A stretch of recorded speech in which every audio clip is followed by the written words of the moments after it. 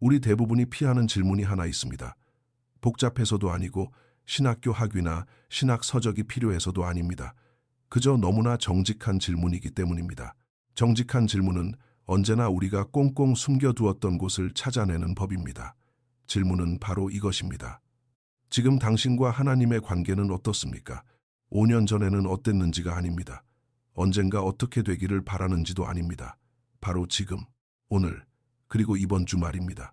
만약 당신이 사랑하는 누군가가 얼굴을 마주하고 이렇게 묻는다면 당신은 진심으로 뭐라고 대답하시겠습니까? 우리 대부분은 잠시 머뭇거릴 것입니다. 그리고 가장 안전한 대답을 찾겠죠. 좋아요. 노력하고 있어요. 알다시피 사는 게 좀 바빠서요. 이런 대답들이 정확히 거짓말은 아니지만 그렇다고 완전한 진실도 아닙니다. 누군가 잘 지내냐고 물었을 때 전혀 잘 지내지 못하면서도 잘 지내요 라고 말하는 것과 같은 영적인 변명일 뿐입니다.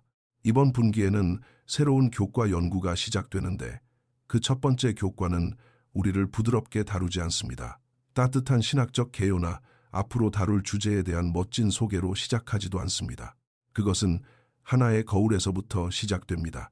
이 교과의 제목은 현실 점검이며 기억절은 요한복음 15장 9절입니다. 아버지께서 나를 사랑하신 것 같이 나도 너희를 사랑하였으니 나의 사랑 안에 거하라. 나의 사랑 안에 거하라. 우리는 곧 이 말씀의 의미를 깨닫게 될 것입니다. 하지만 거하는 것에 대해 이야기하기 전에 우리가 그 안에 거하기를 멈출 때 어떤 일이 일어나는지 먼저 이야기해야 합니다. 그것이 바로 라오디게아 교회의 이야기이기 때문입니다. 하나님을 거부한 도시가 아닙니다. 이교도로 돌아서거나 반역하여 떠나버린 교회도 아닙니다.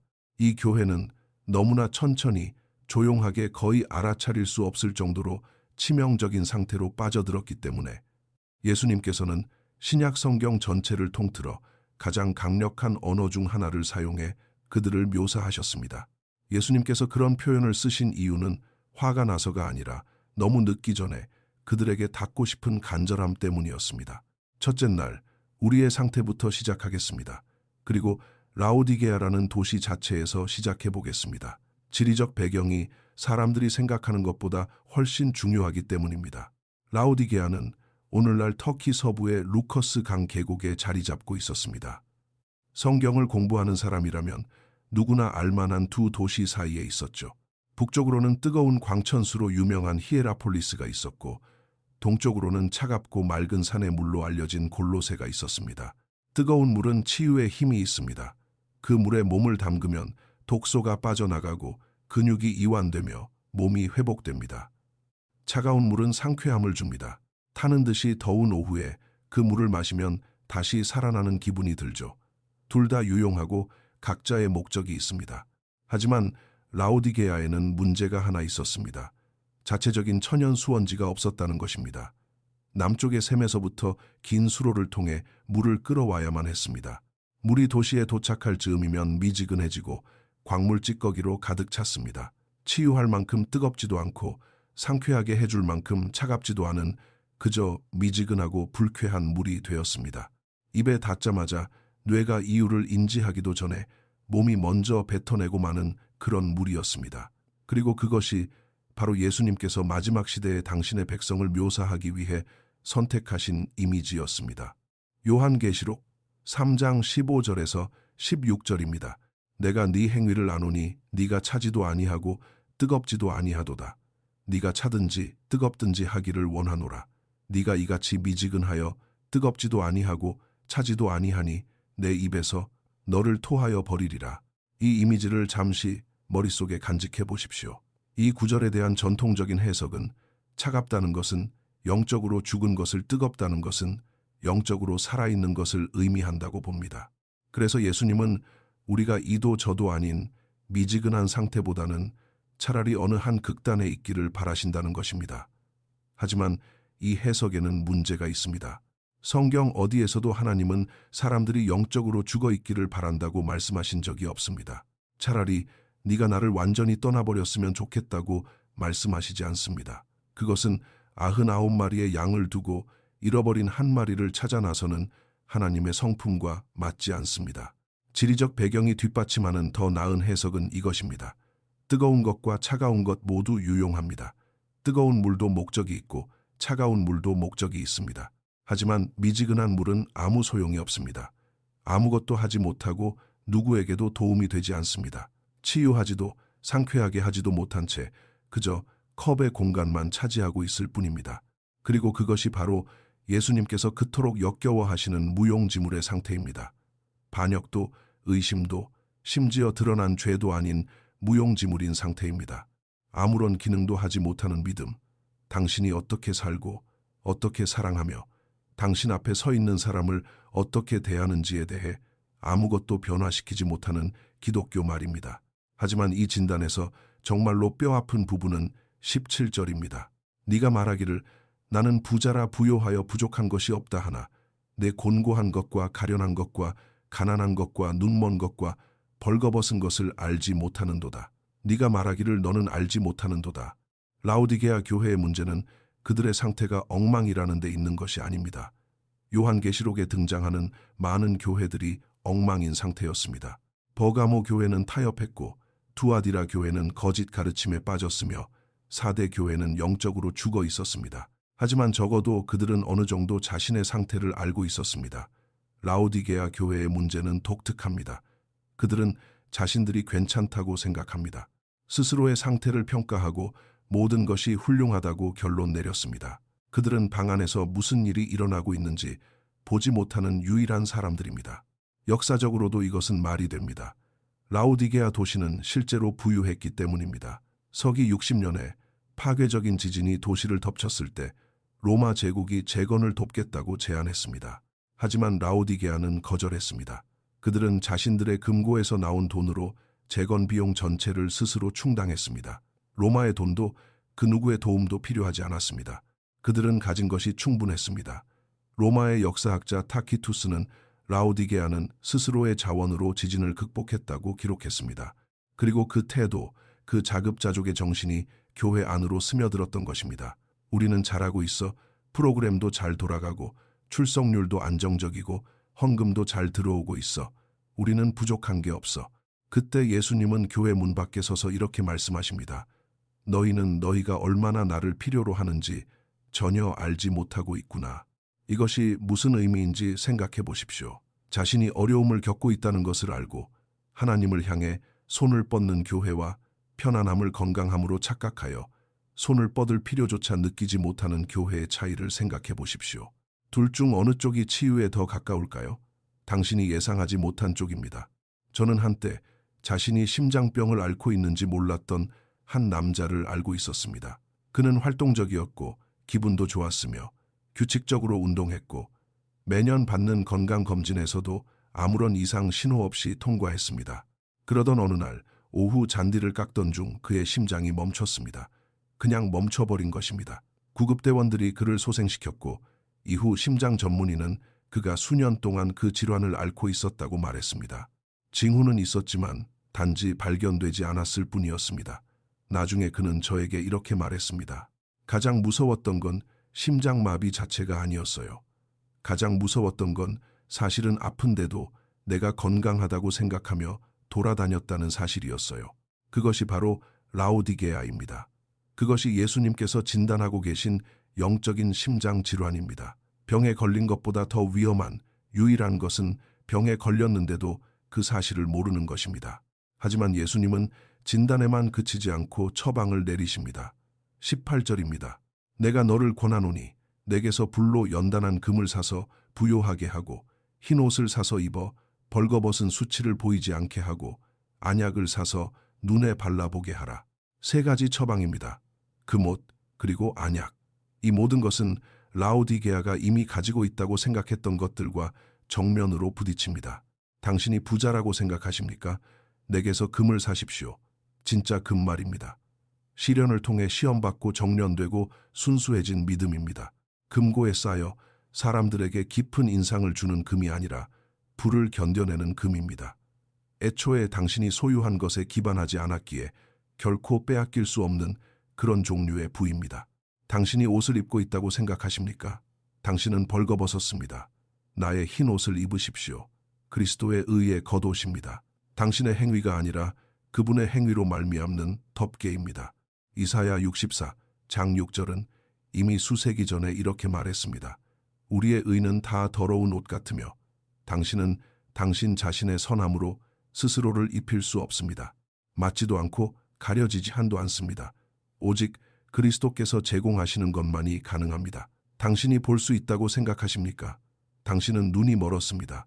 나의 안약을 바르십시오.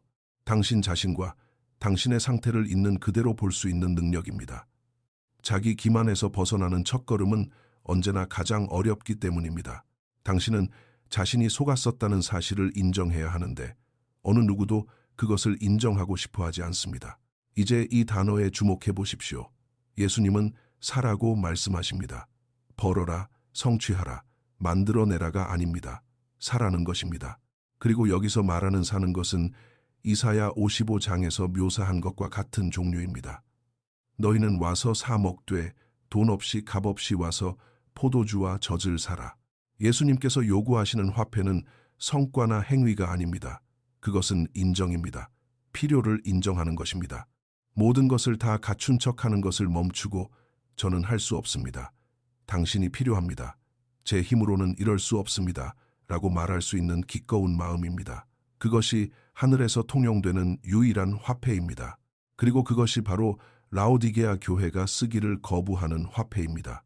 둘째 날 책망 회개, 그리고 보상입니다. 이 교과는 우리를 19절로 안내하는데 이 구절은 이 전체 본문에서 가장 중요한 구절 중 하나입니다.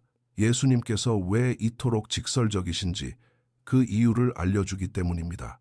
무릇 내가 사랑하는 자를 책망하여 징계하노니 그러므로 네가 열심을 내라 회개하라. 무릇 내가 사랑하는 자를. 이것은 심판이 아닙니다. 이것은 개입입니다. 아이가 도로로 뛰어들기 전에 팔을 낚아채는 부모의 모습입니다. 당신 삶의 모든 사람들이 당신은 괜찮아 보여라고 말할 때 당신의 검사 결과에 대한 진실을 말해주는 의사의 모습입니다. 그 책망은 사랑에서 비롯됩니다. 예수님께서 라오디게아 교회를 사랑하지 않으셨다면 굳이 그들에게 편지를 쓰지도 않으셨을 것입니다.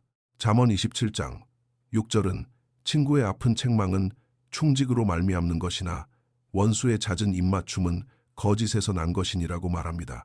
당신을 진심으로 아끼는 사람은 당신이 듣기 싫어하는 말이라도 기꺼이 해주는 사람입니다.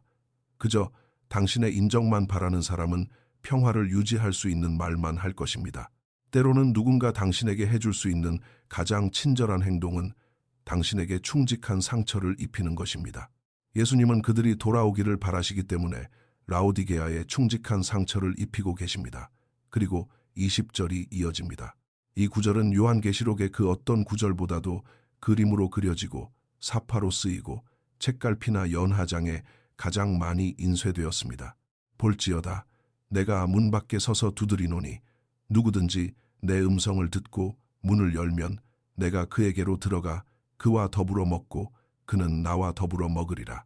우리는 이 이미지를 너무 많이 봐서 실제로 무슨 일이 일어나고 있는지 놓칠 수도 있습니다. 우주의 하나님께서 교회 밖에 서 계십니다. 바뀝니다. 안에서 예배를 인도하시거나 회중의 보좌에 앉아 계신 것이 아니라 밖에서 문을 두드리며 들어가게 해달라고 부탁하고 계신 것입니다. 생각해 보십시오. 별들을 제자리에 붙드시는 분, 말씀으로 세상을 창조하신 분, 최초의 인간에게 생명의 숨결을 불어넣으신 분께서 당신 자신의 교회 현관에 서 계시는데 문이 안에서 잠겨 있어 들어가지 못하고 계십니다. 그리고 그분은 문을 부수지 않으십니다. 부수실 수도 있죠. 그분에게는 권위와 능력과 권리가 있습니다. 그분의 교회이니까요.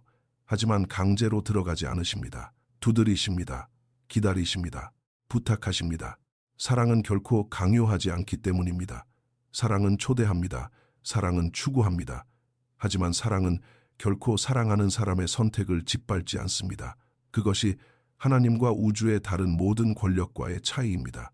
다른 모든 권력은 복종을 요구하지만 하나님은 관계를 요청하십니다. 그리고 약속에 주목하십시오. 내가 그에게로 들어가 그와 더불어 먹고 훈계하거나 꾸짖거나 그를 앉혀놓고 그가 잘못한 모든 것을 나열하겠다는 것이 아닙니다. 그와 더불어 먹겠다 함께 식사를 나누겠다는 것입니다. 고대 세계에서 함께 밥을 먹는다는 것은 교제와 신뢰, 친밀감의 가장 깊은 표현이었습니다. 그저 참고 견뎌야 하는 사람과는 밥을 먹지 않았습니다. 사랑하는 사람과 밥을 먹었죠. 예수님은 장부를 감사하기 위해 라오디게아 교회에 들어가려는 것이 아닙니다. 저녁 식사를 하기 위해 들어가려는 것입니다. 이 이미지 하나만으로도 우리가 하나님에 대해 생각하는 방식이 바뀌어야 합니다. 당신의 문을 두드리고 저녁 식사에 스스로를 초대하기 위해 우주를 가로질러 오시는 하나님. 음식이 필요해서가 아니라 함께할 시간이, 당신과 함께할 시간이 필요해서 말입니다. 셋째 날, 영원한 사랑입니다. 여기서 교과는 인류 역사의 시작부터 하나님께서 해오신 일의 긴 안목을 보여주기 위해 시야를 넓힙니다. 라오디게아의 상태는 어느 날 갑자기 나타난 것이 아니기 때문입니다. 그것은 에덴 동산까지 거슬러 올라가는 패턴의 가장 최근 모습일 뿐입니다. 하나님은 당신의 백성과 가까워지기 위해 손을 내미시지만 백성들은 세대마다 이유는 달라도 결국 똑같은 이유로 멀어지고 맙니다. 창세기 2장 7절에서 하나님은 흙으로 아담을 지으십니다. 여기서 지으셨다는 히브리어 단어는 토기장이가 진흙을 빚을 때 사용하는 단어와 같습니다. 이것은 멀리서 이루어진 창조가 아닙니다. 직접적이고 친밀하며 개인적인 창조입니다. 하나님께서 흙먼지 속에 앉아 당신의 손으로 직접 인간을 빚으시는 모습입니다. 그리고 창조 이야기에서 가장 놀라운 세부 사항이 등장합니다. 하나님께서 아담의 코에 생기를 불어넣으십니다. 입과 입을 맞대고 얼굴과 얼굴을 맞댄 채로요. 아담이 태어나 처음으로 경험한 것은 자신의 얼굴에 닿는 하나님의 숨결이었습니다. 그것이 하나님께서 의도하신 관계의 친밀함이었습니다. 창세기 3장 8절. 타락 이후 아담과 하와는 서늘한 때에 동산을 거니시는 여호와 하나님의 소리를 듣습니다. 거니시는 함께 계시는, 가까이 계시는 하나님입니다. 그런데 그들은 무엇을 합니까? 그들은 숨습니다. 하나님이 변하셨기 때문이 아니라 그들이 변했기 때문입니다. 죄는 하나님을 인류에게서 멀어지게 한 것이 아니라 인류를 하나님에게서 멀어지게 만들었습니다. 그리고 하나님께서 인간에게 던지신 첫 번째 질문은 네가 무슨 짓을 했느냐가 아니었습니다. 그것은 네가 어디 있느냐였습니다. 하나님은 그들이 어디 있는지 알고 계셨습니다. 그분은 하나님이시니까요. 그 질문은 정보를 얻기 위한 것이 아니라 그들을 위한 것이었습니다. 어디 있느냐? 지리적인 위치가 아니라 관계적인 위치를 묻는 것입니다. 어디로 가버렸느냐? 얼마나 멀리 떠내려갔느냐? 네가 그러고 있다는 사실조차 알고 있느냐? 이것이 교과가 우리에게 던지는 똑같은 질문입니다. 이것이 현실 점검입니다. 당신은 지금 어디에 있습니까? 그리고 교과는 세대를 거쳐 이 패턴을 추적합니다. 창세기 5장 24절 에녹은 하나님과 동행하더니 하나님이 그를 데려가심으로 세상에 있지 아니하였습니다. 하나님과 너무나 깊이 연결되어 있고 끊임없이 관계를 맺고 있었기에 이 땅에서 하늘로의 이동이 거의 매끄럽게 이어졌던 한 사람의 이야기입니다. 교제의 단절이 없었습니다. 그는 그저 하나님과 계속 동행했고 어느 날 그 걸음이 그를 하늘 집으로 인도한 것입니다. 창세기 6장 13절. 하나님은 노아에게 말씀하십니다. 세상을 처음부터 다시 시작하기로 결정하실 만큼 타락한 세상에서 하나님은 아직 닿을 수 있는 한 사람, 아직 귀 기울이고 있는 한 사람을 찾으셨습니다. 창세기 12장 1절에서 4절 하나님은 아브람을 부르십니다. 지구라트의 그늘 아래서 거짓 신들로 가득 찬 문화 속에서 하나님은 어둠 속으로 손을 뻗어 열국의 아버지가 될 한 사람을 이끌어내셨습니다. 아브람이 의로웠기 때문이 아니라 하나님께서 끈질기셨기 때문입니다. 출애굽기 34장 29절. 모세가 얼굴에 광채를 띠며 산에서 내려옵니다. 그는 하나님의 임재 안에서 너무나 많은 시간을 보냈기 때문에 말 그대로 그의 피부에서 영광이 뿜어져 나오고 있었습니다. 백성들은 그의 얼굴을 두려워했습니다. 무서워서가 아니라 낯설었기 때문입니다. 그들은 인간에게서 하나님의 영광이 그토록 많이 나타나는 것을 본 적이 없었기 때문입니다. 모든 만남은 우리에게 동일한 것을 말해줍니다. 하나님은 결코 당신의 백성들과 가까워지려는 노력을 멈추지 않으셨습니다. 아담의 코에 불어넣으신 숨결부터 모세의 얼굴에서 빛나던 광채, 그리고 라오디게아 교회의 문을 두드리는 소리까지 모두 같은 하나님께서 같은 일을 하고 계신 것입니다. 다가오시고 손을 내미시며 포기하기를 거부하십니다. 예레미야 30일 장 3절과 4절입니다. 옛적에 여호와께서 나에게 나타나사 내가 영원한 사랑으로 너를 사랑하기에 인자함으로 너를 이끌었다 하였노라. 내가 다시 너를 세우고 네가 세움을 입으리니 내가 다시 너를 세우겠다. 이것이 책망 아래에 있는 약속입니다. 하나님은 그저 라오디게아를 진단하고 계신 것이 아닙니다. 스스로 할 수 없는 일을 그들을 위해 해주시겠다고, 재건하고 회복시켜 주겠다고 제안하시는 것입니다. 이것이 세상의 시작부터 그분이 해오신 일입니다. 14년 동안 교회를 떠나 있었던 한 남자의 이야기를 들은 적이 있습니다. 14년입니다. 그는 성경을 펴지도 않았고 의미 있는 기도를 드리지도 않았으며 예배당에 발을 들여놓지도 않았습니다. 그리고 그 시절 자신의 영적 상태를 괜찮다고 표현했습니다. 훌륭하지도 끔찍하지도 않은 그저 괜찮은 상태. 그러던 어느 날 아침 일어났는데 괜찮다는 그 단어가 거짓말처럼 느껴졌습니다. 이유를 설명할 수 없었습니다. 극적인 일은 아무것도 없었습니다. 위기도, 비극도, 불타는 떨기나무도 없었습니다. 그저 괜찮다는 단어가 더 이상 통하지 않게 된 어느 화요일 아침이었을 뿐입니다. 그리고 그는 자신이 10년이 넘도록 괜찮다고 부르던 무언가 때문에 서서히 죽어가고 있었다는 사실을 깨달았습니다. 그 안식일에 그는 다시 교회로 돌아갔고 나중에 이렇게 말했습니다. 자신을 가장 놀라게 한 것은 설교나 음악 사람들이 아니었다고요. 그것은 하나님께서 자신을 기다리고 계셨다는 압도적인 느낌이었습니다. 그가 떠나 있는 내내 하나님은 한 발짝도 움직이지 않으셨다는 것입니다. 하나님은 항상 계시던 바로 그 자리에 서서 문을 두드리시며 인내하고 끈기 있게 결코 멈추지 않고 계셨습니다. 그것이 예레미야가 묘사한 영원한 사랑입니다. 그 사랑은 유효기간이 없습니다. 인내심이 바닥나지도 않습니다. 14년이 지나든 14분이 지나든 포기하지 않습니다. 이끌어주시고 세우시고 다시 세워주십니다. 그리고 문을 열려는 마음이 있는 한 언제까지나 계속 그렇게 하실 것입니다. 그리고 이것은 중요한 점을 일깨워줍니다. 교과는 요한계시록 3장 20일 저를 언급합니다. 이기는 그에게는 내가 내 보좌에 함께 앉게 하여 주기를 내가 이기고 아버지 보좌에 함께 앉은 것과 같이 하리라. 내가 이기고 예수님은 편안한 거리를 두고 우리에게 조언하시는 것이 아닙니다.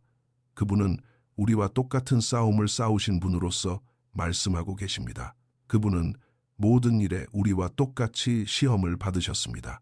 부서진 세상에서 인간으로 살아간다는 것의 무게를 온전히 느끼셨습니다. 광야에서 줄이셨고 배 위에서 탈진하셨으며 친구의 무덤 앞에서 눈물을 흘리셨고 겟세마네 동산에서 피땀을 흘리셨습니다. 그리고 그분은 어려움을 제거함으로써가 아니라 그 모든 순간마다 아버지와의 연결을 유지함으로써 이기셨습니다. 그것이 바로 그분께서 우리에게 요구하시는 것입니다. 잠시 멈춰 생각해보면 이기는 자에게 주어지는 약속은 숨이 틔물 만큼 놀랍습니다. 그리스도와 함께 그분의 보좌에 앉는 것, 우주를 통치하는 바로 그 보좌의 말입니다. 우리가 자격이 있어서가 아니라 그분이 자격이 있으시고 그것을 우리와 나누기로 선택하셨기 때문입니다. 이 보상은 우리가 한 어떤 일과도 전혀 어울리지 않을 만큼 큽니다. 그것이 은혜가 하는 일입니다. 결코 노력으로 얻을 수 없는 것을 거저 주는 것입니다. 하지만 중요한 것은 이것입니다. 라오디게아의 상태를 극복하는 것은 당신이 예상하는 그런 모습이 아닙니다. 더 열심히 노력하거나 기도를 더 오래 하거나 스케줄에 더 많은 종교적 활동을 추가하는 것이 아닙니다. 그것은 마침내 정직해지는 것입니다. 당신 스스로 공급할 수 없는 것이 당신에게 필요하다는 것을 마침내 인정하는 것입니다. 자급자족이라는 환상을 마침내 내려놓고 당신을 붙잡아 주려고 기다리고 계신 분의 품으로 쓰러지는 것입니다. 넷째 날 거하라. 여기서 교과는 예수님의 지상생애의 마지막 밤 마가의 다락방으로 우리를 이끕니다. 요한복음 15장입니다. 이 밤은 세계 역사상 가장 중요한 밤 중 하나입니다. 몇 시간 후면 예수님은 체포되실 것입니다. 하루 안에 십자가에 못 박히실 것입니다. 제자들과 함께 다락방에서 겟세마네로 걸어가시면서 그분은 그리스도인의 삶에 있어 아마도 가장 중요할 한 가지 지침을 주십니다. 요한복음 15장 1절 나는 참포도나무요 내 아버지는 농부라. 요한복음 15장 4절 내 안에 거하라 나도 너희 안에 거하리라. 가지가 포도나무에 붙어 있지 아니하면 스스로 열매를 맺을 수 없음 같이 너희도 내 안에 있지 아니하면 그러하리라. 거하라. 이 단어는 이 11개의 구절에서 10번이나 등장합니다. 10번입니다. 예수님은 무언가가 너무나 중요해서 제자들이 놓치는 위험을 감수할 수 없을 때가 아니면 좀처럼 같은 말씀을 반복하지 않으십니다. 그리고 그분이 선택한 은유는 그 단순함 속에서도 탁월합니다. 포도나무와 그 가지들. 이 말씀을 듣는 사람이라면 누구나 즉시 이해했을 것입니다. 학위가 필요한 게 아니라 그저 눈만 있으면 됐으니까요. 1세기 팔레스타인에는 포도나무가 널려 있었습니다. 그리고 포도나무에서 잘려나간 가지가 어떻게 되는지는 모두가 알고 있었습니다. 말라 비틀어져서 결국 땔감이 될 뿐입니다. 하지만 여기서 우리가 쉽게 놓치는 사실이 있습니다. 가지는 스스로 열매를 만들어내지 않는다는 것입니다. 결코 그런 적이 없습니다. 생명 양분, 그리고 무언가를 생산해낼 수 있는 능력은 포도나무로부터 와서 뿌리 체계를 통해 흐르고 가지를 통해 밖으로 표현될 뿐입니다. 가지의 유일한 임무는 계속 연결되어 있는 것, 남아있는 것, 거하는 것입니다. 안간힘을 쓰거나 억지로 만들어내거나 더 훌륭한 가지가 되려고 노력하는 것이 아니라 그저 붙어 있는 것입니다. 이것이 라오디게아의 상태에 어떤 의미가 있는지 생각해 보십시오. 라오디게아의 문제는 노력의 부족이 아니었습니다. 게으름도 아니었습니다. 이 사람들은 무언가를 열심히 하고 있었습니다. 그들은 바빴습니다. 프로그램도 있었고 자원도 있었으며 잘 돌아가는 교회의 시스템이 있었습니다. 그들에게 없었던 것은 바로 연결이었습니다. 그들은 포도나무에 붙어 있는 것처럼 보였지만 조용하고 점진적으로 포도나무와의 생명력 있는 연결을 잃어버린 가지들이었습니다. 그들은 종교라는 외적인 일들을 하느라 너무 바빠서 내면의 생명이 사라진 것을 눈치채지 못했던 것입니다. 저는 교회들에서 이런 모습을 본 적이 있습니다. 훌륭한 프로그램, 잘 조직된 부서들, 활동적인 위원회, 꽉 찬 행사 일정표를 가지고 있으면서도 포도나무와는 완전히 단절된 교회가 있을 수 있습니다. 활동이 곧 생명은 아닙니다. 움직임이 곧 성장은 아닙니다. 기계처럼 완벽하게 돌아가지만 중심부는 영적으로 죽어있는 교회가 될 수 있습니다. 그리고 그 안에 있는 사람들은 기계 소리가 너무 커서 하나님의 음성이 머물던 침묵을 덮어버리기 때문에 결코 알아차리지 못할 수도 있습니다. 예수님은 요한복음 15장 5절에서 나를 떠나서는 너희가 아무것도 할 수 없음이라고 말씀하셨습니다. 아무것도, 중요한 아무것도 할 수 없다는 게 아니라 그 어떤 것도 할 수 없다는 말입니다. 문자 그대로 아무것도. 포도나무와의 생생한 연결 없이는 모든 프로그램, 모든 전도 가르친, 모든 성경 공부, 전해진 모든 설교, 봉사한 모든 식사 대접이 결국 아무것도 아닌 것이 됩니다. 이것은 잔인한 말이 아닙니다. 이것은 자연의 법칙입니다. 연결되지 않은 가지는 열매를 맺지 못합니다. 맺을 수가 없습니다. 능력이 없기 때문입니다. 그리스도 안에 거한다는 것은 그분의 영을 끊임없이 받는 것이며 그분의 봉사에 남김없이 굴복하는 삶을 의미합니다. 당신과 하나님 사이의 소통의 통로는 지속적으로 열려 있어야 합니다. 지속적으로 말입니다. 가끔씩이 아닙니다. 기분 내킬 때가 아닙니다. 위기가 닥쳐서 무릎 꿇을 때만도 아닙니다. 지속적으로 포도나무에 연결된 가지처럼 말입니다. 수액은 결코 흐르기를 멈추지 않습니다. 연결은 결코 끊어지지 않습니다. 그것은 끊임없고 방해받지 않으며 살아 숨쉽니다. 그리고 나서 예수님은 계명과 직접적으로 연결되는 말씀을 하십니다. 요한복음 15장 10절입니다. 내가 아버지의 계명을 지켜 그의 사랑 안에 거하는 것 같이 너희도 내 계명을 지키면 내 사랑 안에 거하리라. 계명을 지키는 것은 관계 안으로 들어가는 방법이 아닙니다. 그것은 관계의 표현입니다. 그것은 거하는 것이 눈에 보이게 드러날 때 나타나는 모습입니다. 당신은 하나님의 사랑을 얻기 위해 안식일을 지키는 것이 아닙니다. 당신이 그분의 사랑 안에 있고 안식일이 그 사랑이 살아 숨쉬는 곳 중 하나이기 때문에 안식일을 지키는 것입니다. 당신은 천국에 갈 자격을 얻기 위해 거짓말과 도둑질과 탐심을 피하는 것이 아닙니다. 당신이 포도나무에 연결되어 있고 그 포도나무는 그런 종류의 열매를 맺지 않기 때문에 그것들을 피하는 것입니다. 순서가 중요합니다. 먼저 거하고 그 결과로 순종하십시오. 먼저 순종하고 그 결과로 하나님께서 당신을 받아주시기를 바라는 것이 아닙니다. 그것이 라오디게아의 실수입니다. 그것은 모든 세대의 신자들이 빠지기 쉬운 유혹이기도 합니다. 열매를 뿌리로 착각하고 오직 내면에서 흘러나올 수 있는 것을 밖에서부터 만들어내려 하는 것입니다. 그리고 11절은 이 모든 것의 목적을 우리에게 줍니다. 내가 이것을 너희에게 이름은 내 기쁨이 너희 안에 있어 너희 기쁨을 충만하게 하려 함이라. 기쁨, 충만한 기쁨. 의무가 아닙니다. 책임이 아닙니다. 결코 얻을 수 없는 것을 얻으려고 애쓰는 누군가의 암울한 종교적 결연함도 아닙니다. 기쁨입니다. 모든 기쁨의 근원과 연결됨으로써 오는 기쁨. 상황에서 오지 않기 때문에 상황에 좌우되지 않는 종류의 기쁨. 포도나무로부터 오는 기쁨입니다. 목요일 교과에서 언급하는 포도나무에 관한 흥미로운 세부 사실이 하나 있습니다. 겨울이 되면 가지의 눈은 수분을 잃습니다. 성장 시스템에서 고립되어 버리죠. 죽은 것처럼 보입니다. 겉보기에는 아무 일도 일어나지 않습니다. 하지만 토양이 따뜻해지고 뿌리가 물을 흡수하면 수액이 줄기를 타고 올라와 가지로 흐르기 시작합니다. 그러면 생명이 없어 보이던 것이 갑자기 자라나기 시작합니다.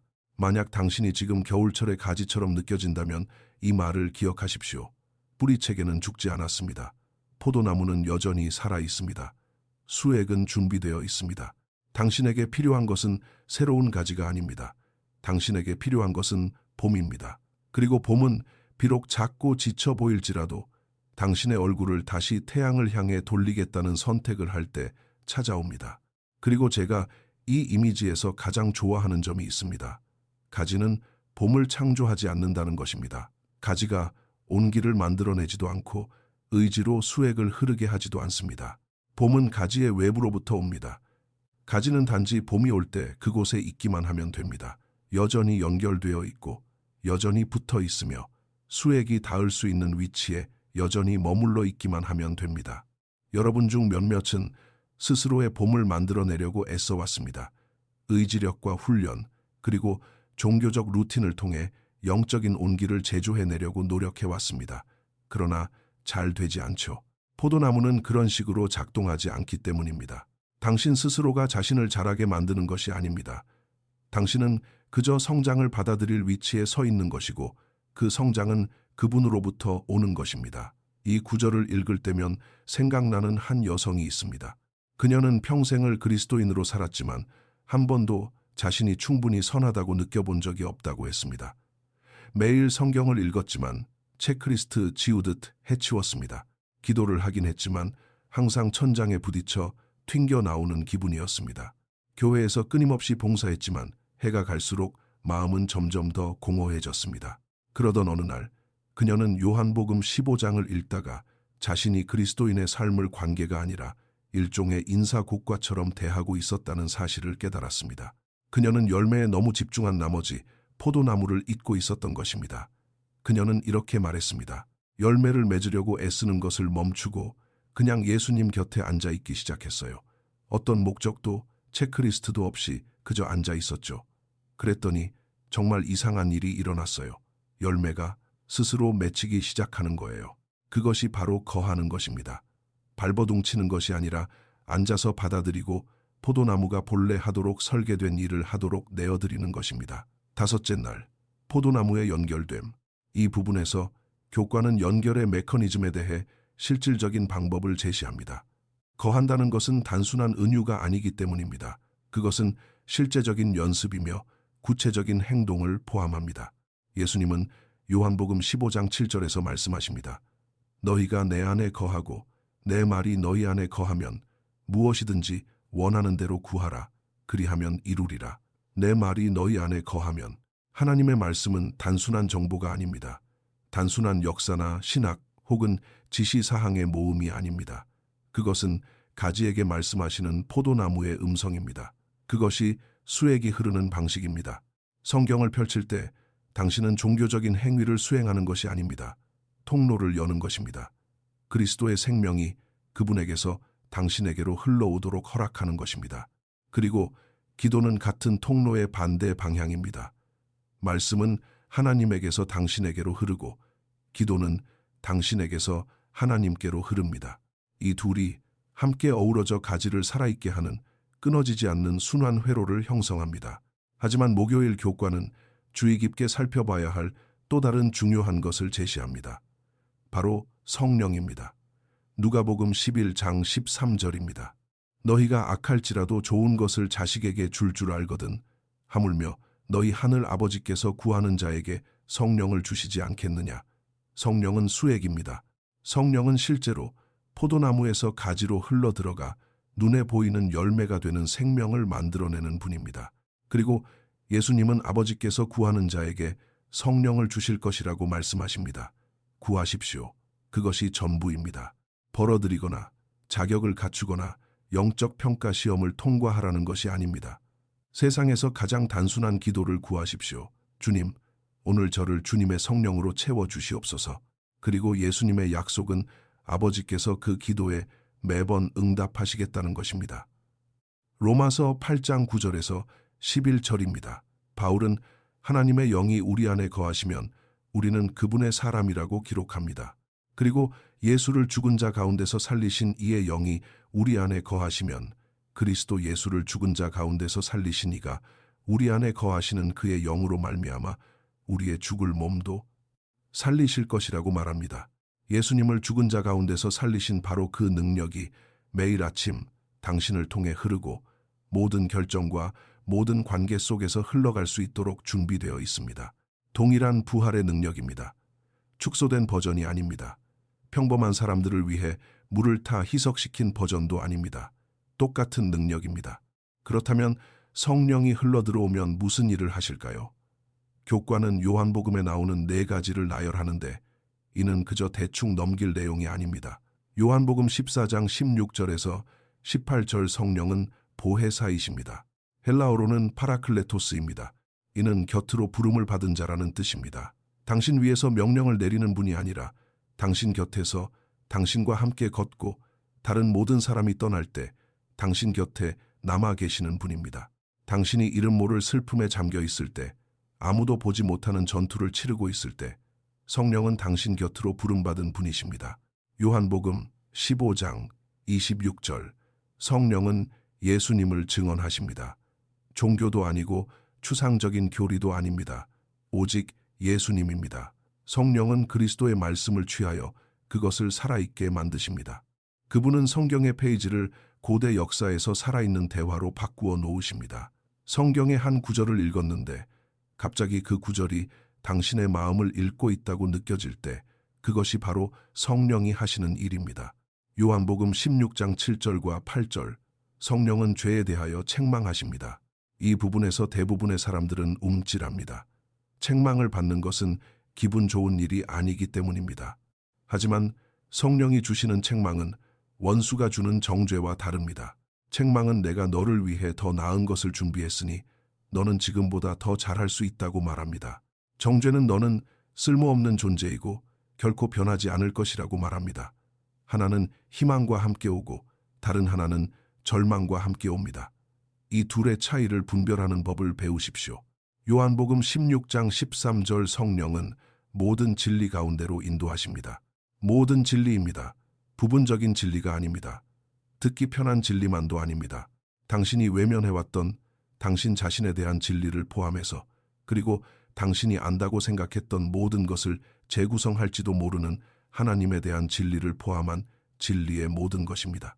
성령은 고급 단계의 그리스도인들을 위한 선택적 업그레이드가 아닙니다. 그분은 포도나무와 가지 사이의 필수적인 연결고리입니다. 성령 없이 그리스도인의 삶을 살려고 하는 것은 배터리 전원만으로 살아가려는 것과 같습니다. 그리고 그 배터리는 항상 방전되기 마련입니다. 교과는 이번 주 전체의 핵심을 담은 한 가지 이미지로 마무리됩니다. 포도나무에 접붙여지는 가지의 이미지입니다. 섬유질 하나하나, 인맥 하나하나가 생명을 주는 포도나무에 단단히 결합되어 포도나무의 생명이 가지와 하나가 되고 가지가 포도나무와 같은 열매를 맺을 때까지 말입니다. 섬유질 하나하나, 인맥 하나하나, 이것은 하룻밤 사이에 일어나는 변화가 아닙니다. 이것은 느리고 유기적이며 친밀한 통합의 과정입니다. 포도나무의 생명이 서서히 당신의 생명이 되는 것입니다. 그분의 인내심이 당신의 인내가 되고 그분의 긍휼이 당신의 손을 통해 흐르며 그분의 말씀이 당신의 언어를 형성하게 됩니다. 당신이 연기를 하고 있어서가 아니라 당신이 제대로 연결되어 있기 때문입니다. 그리고 그것이 바로 라오디게아를 향한 해답입니다. 미지근함에 대한 치료법입니다. 더 열심히 노력하는 것이 아닙니다. 더 깊이 연결되는 것입니다. 이제 이번 주 교과 전체를 하나로 묶어보겠습니다. 첫째 날은 우리의 상태를 보여주었습니다. 우리는 미지근합니다. 우리가 반역했기 때문이 아니라 떠내려갔기 때문입니다. 종교적인 활동을 영적인 생명으로 착각하고 편안함을 건강함으로 착각했기 때문입니다. 그리고 그 상태에서 가장 끔찍한 부분은 우리가 그런 상태에 있다는 것조차 모른다는 점입니다. 우리는 스스로 괜찮다고 생각합니다. 하지만 예수님은 우리가 곤고하고 가련하고 눈멀고 벌거벗었다고 말씀하십니다. 둘째 날은 그 진단 이면에 있는 마음을 보여주었습니다. 무릇 내가 사랑하는 자를 책망하여 징계하노니 이것은 정죄가 아닙니다. 이것은 구조작전입니다. 예수님께서 문 밖에 서서 두드리십니다. 억지로 문을 열지 못해서가 아니라 사랑은 결코 무력으로 들어가지 않기 때문입니다. 그분은 초대를 기다리십니다. 셋째 날은 시야를 넓혀 하나님의 사랑의 긴 궤적을 보여주었습니다. 아담의 얼굴에 닿았던 숨결에서 모세의 피부에서 나던 광채까지 아브라함을 부르신 일에서 예레미야의 인내까지 하나님은 언제나 가까이 다가오셨습니다. 영원한 사랑, 결코 포기하지 않는 사랑 말입니다. 넷째 날은 우리를 포도나무로 데려갔습니다. 거하라, 계속 연결되어 있으라. 당신이 찾고 있는 열매는 노력에서 오지 않습니다. 연결에서 옵니다. 통로를 열어두십시오. 그리스도의 생명이 당신을 통해 흐르게 하십시오. 그러면 계명은 더 이상 짐이 되지 않고 올바른 근원에 연결된 삶의 자연스러운 표현이 됩니다. 다섯째 날은 우리가 이 일에 혼자가 아님을 상기시켜 주었습니다. 성령은 포도나무에서 가지로 흐르는 수액입니다. 매일 성령을 구하십시오. 아버지께서는 주시겠다고 약속하셨습니다. 당신은 열매를 맺고 있습니까? 바쁘냐고 묻는 게 아닙니다. 출석하고 있느냐고 묻는 것도 아닙니다. 체크리스트에 동그라미를 치고 있느냐는 것도 아닙니다. 오직 그리스도와의 살아있는 연결에서만 나올 수 있는 그 열매를 실제로 맺고 있느냐는 것입니다. 사랑, 희락, 화평, 오래, 참음, 자비, 양선, 충성, 온유, 절제 이런 것들이 당신의 가지에서 자라고 있습니까? 만약 그렇지 않다면 문제는 노력이 아닙니다. 문제는 연결입니다. 만약 대답이 아니오라면 당신의 삶을 돌아볼 때 가지는 메말라 있고 열매는 빈약하며 모든 것이 생명력 없는 연기처럼 느껴진다면 처방은 단순합니다. 쉬운 일은 아니지만 아주 단순합니다. 문을 여십시오. 그분은 이미 거기에 계십니다. 처음부터 계속 거기에 계셨습니다. 굳이 그분을 찾아 나설 필요가 없습니다. 산에 오르거나 초대를 받을 자격을 얻어내거나 그분의 관심을 받을 만한 가치가 있음을 증명할 필요도 없습니다. 그분은 지금 바로 당신의 집 현관에 서 계십니다. 그분의 손에는 저녁 식사가 들려있고 당신의 문을 두드리고 계십니다. 요한계시록 3장 20절입니다. 누구든지 내 음성을 듣고 문을 열면 내가 그에게로 들어가 그와 더불어 먹고 그는 나와 더불어 먹으리라. 누구든지요. 모든 것을 완벽하게 갖춘 사람만 말하는 게 아닙니다. 30년 동안 하루도 빠짐없이 충실했던 사람만 말하는 게 아닙니다. 누구든지요. 14년을 도망쳤던 사람도, 미지근한 마음으로 예배당 의자에만 앉아있는 사람도 진짜 신앙이 어떤 느낌이었는지 잊어버릴 정도로 오랫동안 그저 습관적으로 교회를 오갔던 신자라도 누구든지요. 문을 여십시오. 그분을 들어오시게 하십시오. 당신과 식사하기 위해 영원을 가로질러 오신 하나님과 함께 저녁 식탁에 앉으십시오. 이것이 바로 현실 점검입니다. 당신은 지금 당신이 원하는 곳에 있지 않을지도 모릅니다. 하지만 당신을 원하시는 그분은 한 발짝도 움직이지 않으셨습니다. 그분은 바로 그곳에서 두드리며 인내하시며 사랑으로 가득 차서 당신이 때때로 당신 자신을 포기했던 것처럼 당신을 포기하기를 거부하고 계십니다. 그분이 당신을 찾아올 만큼 당신을 사랑하시느냐는 한 번도 문제가 된 적이 없습니다. 언제나 진짜 질문은 당신이 문을 열 만큼 그분을 사랑하느냐였습니다. 이번 주 삶에 적용할 3가지를 말씀드리겠습니다. 첫째, 정직한 질문을 던져보십시오. 지금 나는 하나님과 어떤 관계에 있는가? 내가 과거에 어땠는지, 앞으로 어떻게 될 계획인지가 아니라 바로 지금 말입니다. 그리고 그 대답에 정직해지십시오. 그 정직함이 라오디게아의 갑옷에 내는 첫 번째 균열입니다. 둘째, 성령을 구하십시오. 매일 아침 휴대전화를 확인하기 전에, 하루를 계획하기 전에, 세상의 소음이 시작되기 전에 단 한 문장이면 됩니다. 주님, 오늘 저를 주님의 성령으로 채워주시옵소서. 누가복음 11장 13절은 아버지께서 그 기도에 응답하실 것이라고 말합니다. 셋째, 말씀 안에 머무르십시오. 의무로서가 아니라 하나의 만남으로서 말입니다. 당신을 사랑하는 누군가로부터 온 메시지를 들을 것이라는 기대를 품고 성경을 펴십시오. 성경은 정확히 그런 책이니까요. 요한계시록 4장 9절에서 11절은 앞으로 다가올 일에 대한 그림을 보여줍니다.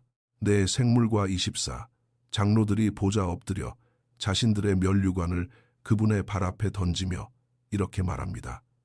우리 주 하나님이여, 영광과 존귀와 권능을 받으시는 것이 합당하오니 주께서 만물을 지으신지라. 만물이 주의 뜻대로 있었고 또 지으심을 받았나이다. 언젠가 당신도 그곳에 서게 될 것입니다. 언젠가 당신은 당신의 문 밖에 서서 문을 두드리셨던 분을 두 눈으로 직접 뵙게 될 것입니다. 그리고 이 삶을 되돌아볼 때 당신을 멀어지게 했던 그 모든 소음과 분주함과 산만함들을 돌아볼 때 당신은 그분과 함께 보낸 단 한순간도 후회하지 않을 것입니다. 단 한 순간도요. 하지만 당신이 그분과 함께하지 않았던 순간들은 후회할지도 모릅니다. 문을 여십시오. 이 교과가 당신에게 무언가를 주었다면 다른 사람과 나누십시오. 표류하고 있는 친구에게, 오랫동안 성경을 펴지 않은 가족에게, 자신은 괜찮다고 생각하지만 오랫동안 정직한 질문을 던져본 적이 없는 누군가에게 전해주십시오.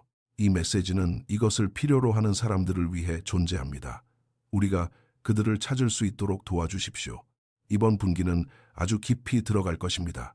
우리는 거한다는 것, 성장한다는 것, 열매를 맺는다는 것, 단지 연결된 것처럼 겉모양만 꾸미는 것이 아니라 실제로 포도나무에 연결된 삶을 산다는 것이 무엇을 의미하는지 공부할 것입니다.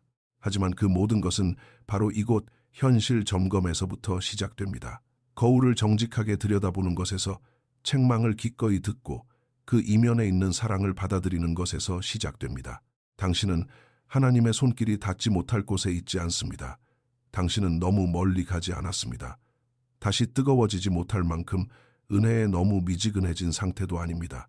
왜냐하면 내 입에서 너를 토하여 버리리라고 말씀하신 분이 바로 내가 문 밖에 서서 두드리노니라고 말씀하신 분과 같은 분이시기 때문입니다. 두 말씀 모두 같은 마음에서 나왔습니다.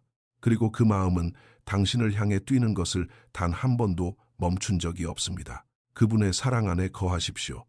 내일도 아니고 언젠가도 아닌 바로 지금 말입니다. 하나님의 축복이 함께 하시기를 빕니다.